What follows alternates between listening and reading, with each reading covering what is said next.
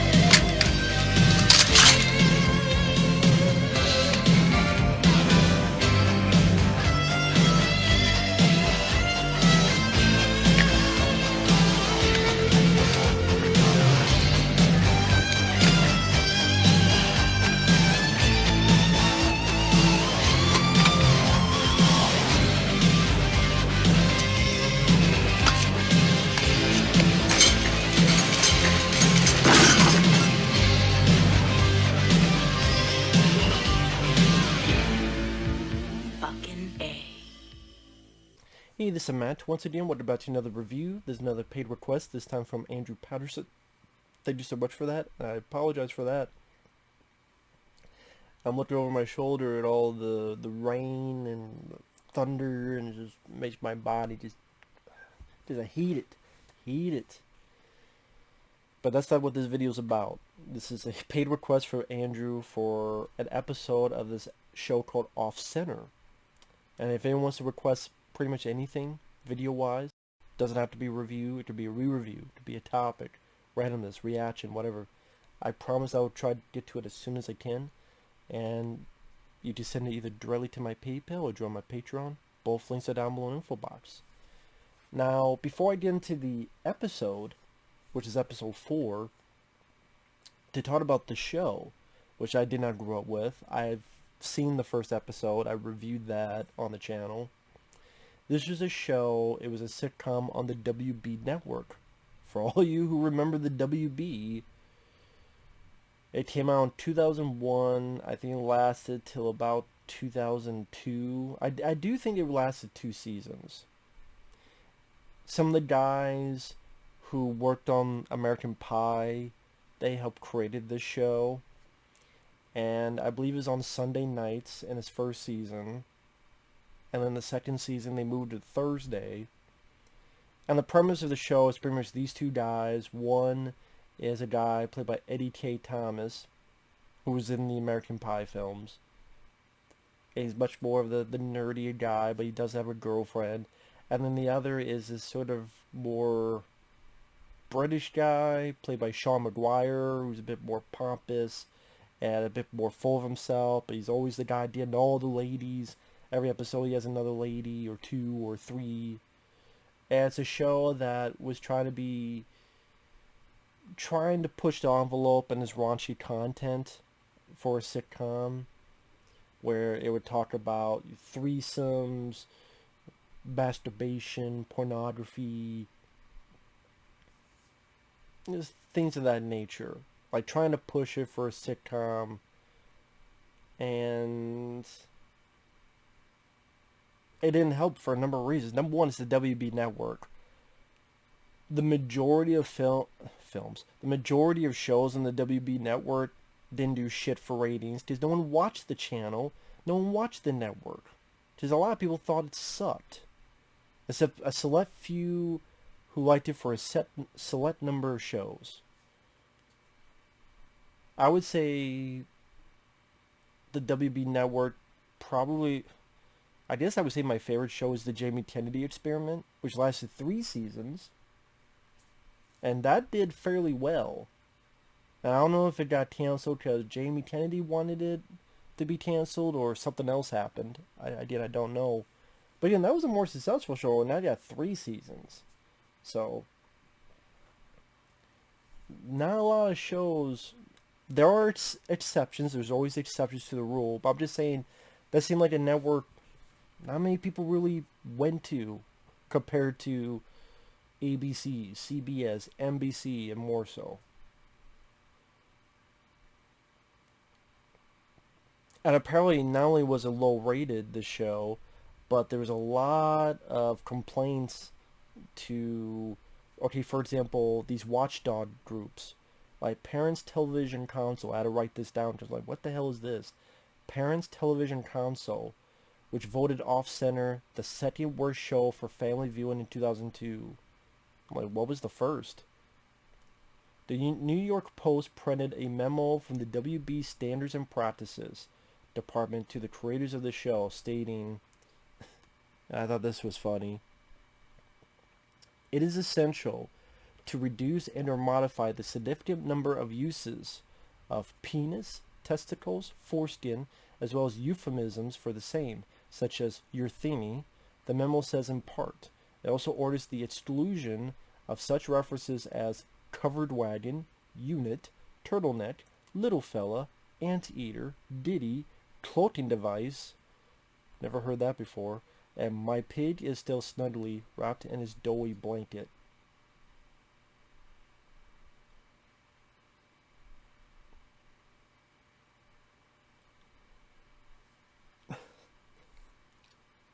Sure, I'm sure that worked out. But yeah, obviously this is a show, WB, whoever owns it, don't care much because it's all on YouTube. And I said this with the first episode, I'll say here with episode 4, it's fine for what it is. It's a sitcom with a laugh track. And I think the reason I could watch it, I liked episode 1, and I was fine with this because I think Andrew Patterson knows this, because this is the one that featured quite a bit of this actor who I'm a big fan of, John Cho. John Cho, who had a big part in American Pie, and then would go on to star in Harold and Kumar Go to White Castle, and the sequels, and then films like this. There you go. Love John Cho. Big fan of him. I hope he gets more work as a star. I think he's got the talent. And he's easily the best part of this show. Even though he's Korean, they made him into a Vietnamese owner of a restaurant. I guess just from time to time to do Vietnam jokes. But John Cho, he's having fun with the role, and he brings energy to it. Where pretty much the gist of this episode is John Cho really wants to get a girl. He wants to find a girlfriend, so he talks to the womanizer, Sean McGuire. And each time they go out, Sean McGuire takes the girl who John Cho is trying to deal with. And so, from time to time, John Cho gets pissed. For you, Cherry, with my tongue in it. Because his pompous British twat stole his possible girlfriend. And Sean McGuire's, oh, I promise I will get you another. Come on with me. Meanwhile, Sean McGuire is talking with Eddie K. Thomas, and Eddie K. Thomas is like, hey, why are you trying to go out with all these girls? Why are you trying to steal this guy's possible chick? And Sean McGuire's like, don't judge a man unless you walked a mile in his pants. I don't like this guy, whether it's the actor or obviously with the way the character's written, you're not supposed to really like him. But I don't know if it's just the way Sean McGuire plays the role, or just, it's not that, oh, because of the character, the way it's written, I don't like the character. It's more like, I just don't want to see him on screen. I do not want to see him on screen. I wish this was, put John Cho in that role. Or put, someone else, or have it be about John Cho and Eddie K. Thomas. And just not have this womanizer character. John Cho and John Cho and Eddie K. Thomas, they both try and get girls. One has a girlfriend, one's trying. And have Eddie K. Thomas and John Cho play off each other.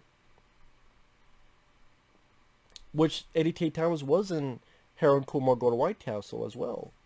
So and again, they were in American Pie, so they obviously have a bit of a history with each other, which I think is why they play off each other better than, like, Sean McGuire just is a sore thumb to me in this show.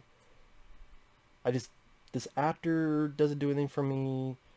Again, the way he plays the character, he's always unlikable. I get that sometimes he's supposed to be unlikable, but I don't like him ever. I didn't like, can you just leave the show, please? Go steal Ryan Reynolds from Two Guys Who Drove at a Pizza Place or something?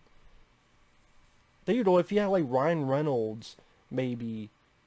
Like, maybe Ryan Reynolds could play this role off without the British accent, but... Maybe that's what it is. Like, if you just feel like Ryan Reynolds playing this type of role, that would be a lot better. I mentioned that because he was on a sitcom. I always forget he was on a sitcom. Two Guys, a Girl, and a Pizza Place. The name was called Two Guys and a Girl. I haven't seen that show since it debuted back in the day. Wow. That brought bad memories.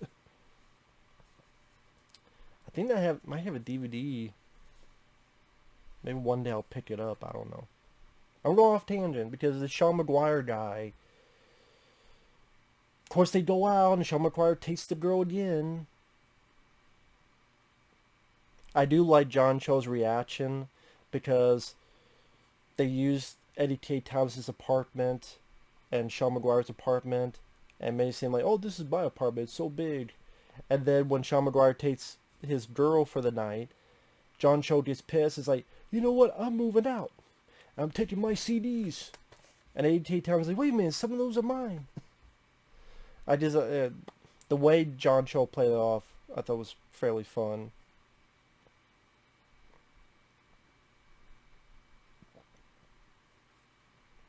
Or before that, he's trying to be cool, and Sean McGuire's like, hey, I'll get you this chick. You got a condom?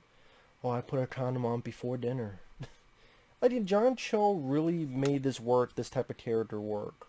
With his energy, to me, just outshining Sean McGuire out of the fucking room, out of the fucking scene, in my opinion. And the other thing with the part of the show is Eddie K. Thomas, his girlfriend had kissed a guy, and so Eddie's pissed about that, of course.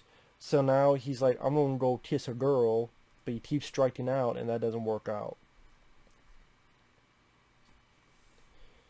And, you know, once in a while there's a line that made me chuckle, where Eddie K. Thomas is talking about John Cho, and he's like, go help the Colonel.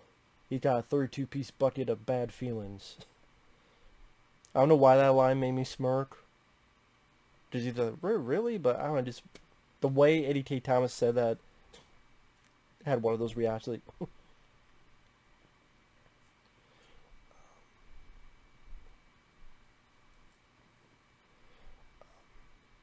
I guess the other moment is near the end where John Cho's like pretty much begging, hey, if I can't have a girl, at least let me be part of a threesome with you. And the Sean McGuire's like, no, fine, okay.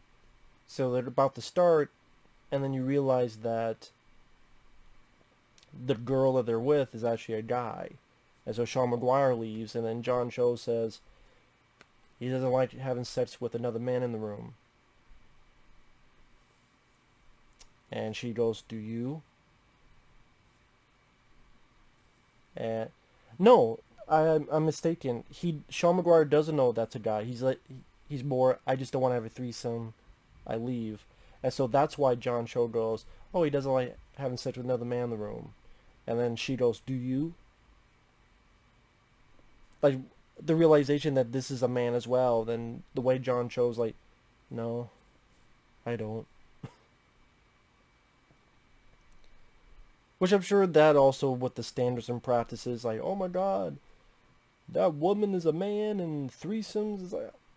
If you watch it nowadays, this is chump change. This is nothing compared to what you would see in a show nowadays. So the fact they got such a butthurt stuff on this made you think, wow, am I watching Skinamax? Am I going to be watching HBO After Dark? No. Taxi Cab Confessions? No. It just the sitcom was a little bit of raunch, but nothing remotely crazy or oh my god. I didn't. You watch this now, you wouldn't even think twice of what's said or done, especially compared to what they do nowadays. But I guess in terms of 2001, 2002, this was, oh my god, so shocking. When it's quite the opposite. Very mundane, actually, compared to stuff nowadays. So, I mean,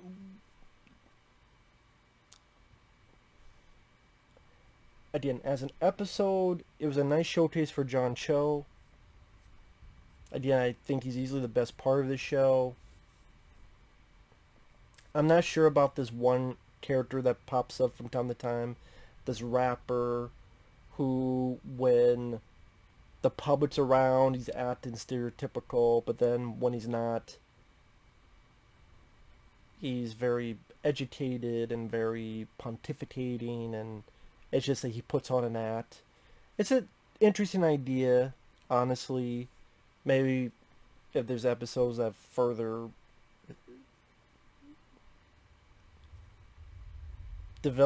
fill that character a bit more with the rough edges. Because that's the thing, just he pops up every once in a while. But again, it's an interesting idea. I said, really, my big gripe is Sean Maguire. The acting, the character, who's supposed to be unlikable. No, I'm saying I don't ever like him. I never, from beginning to end, I disliked him. In the first episode and this episode. I do think, in retrospect, that was one of the worst choices they did. Again, if you're going to have a character like that, you got to have some kind of guy who... Some people don't like Ryan Reynolds, but to me, Ryan Reynolds has worked fairly well, because even when he's doing that type of stuff, there's still a bit of charm, or a bit of twinkle in his eye, or a bit of certain sense of fun that you still gravitate towards, even if he's being smarmy. Someone like Ryan Reynolds plays it off fairly well, and very well. I'm sorry, Sean Maguire, I don't know what else he's done. To me, he doesn't do it. Just doesn't do it. So, other than that, I mean, the budget's like a sitcom. It's got a laugh track. If you don't like sitcoms, I don't think it's going to change your mind. But, I mean, it's interesting. I've said this before, I say it again. It's always interesting to look at shows, especially ones that lasted only 1 or 2 seasons, let alone 1 or 2 episodes. Because people know everything about, pick like the biggest shows. I love the X-Files, but we know the X-Files. Or Star Trek. Or Law and Order. But, oh, there's a show called Broken Badges with Miguel Ferrer as the star and Ernie Hudson is in it? Oh wow, there's a pilot for a Brian Bosworth film called Lawless that only lasted 1 episode, which I did review. Or I think like Pauly Shore did a pilot and got canceled really quickly, I believe. That's really, it's, because those are stuff that's going to be lost to time. Without stuff like YouTube. Without stuff like YouTube, this stuff would be lost to time. Because it's not like, even like a show like this. I think there's a DVD. But it's not like they don't reissue it to Blu-ray and, oh, we hope we get off-center. 2-hour streaming service. Better do it stat. There's a lot of stuff and material that could be lost to time. Even if it's not the greatest. I don't know, just, maybe it's that curiosity factor with me that makes that even more intriguing. But yeah. Made a review about as long as the episode. But that's how I do it. Thanks for watching. Take care. We'll see you guys later. Bye-bye.